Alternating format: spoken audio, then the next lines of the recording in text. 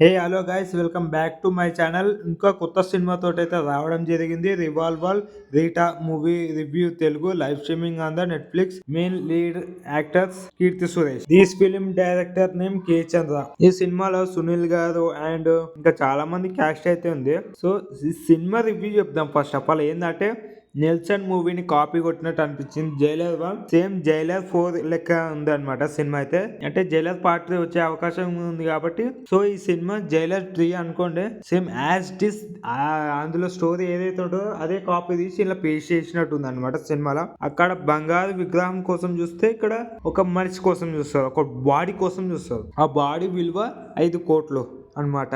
5 కోట్ల కోసం ఎంతో మంది త్యాగాలు అయిపోతారు. క్లైమాక్స్ లో మాత్రం ఒక ట్విస్ట్ అయితే ఉంటది.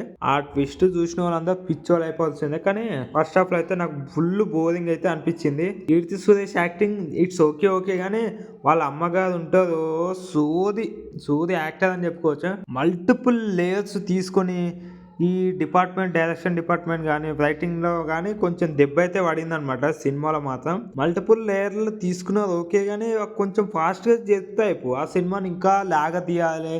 మొత్తం ఫుల్ లాగ్ అనమాట సినిమా మొత్తం. నాకు చాలా బోరింగ్ అనిపించింది. So it's okay, it's average movie. Live streaming on Netflix తెలుగులో కూడా అవైలబుల్ ఉంది. చూడాలనుకుంటే చూడొచ్చు, లేదంటే లేదు, మీ ఇష్టం ఇక.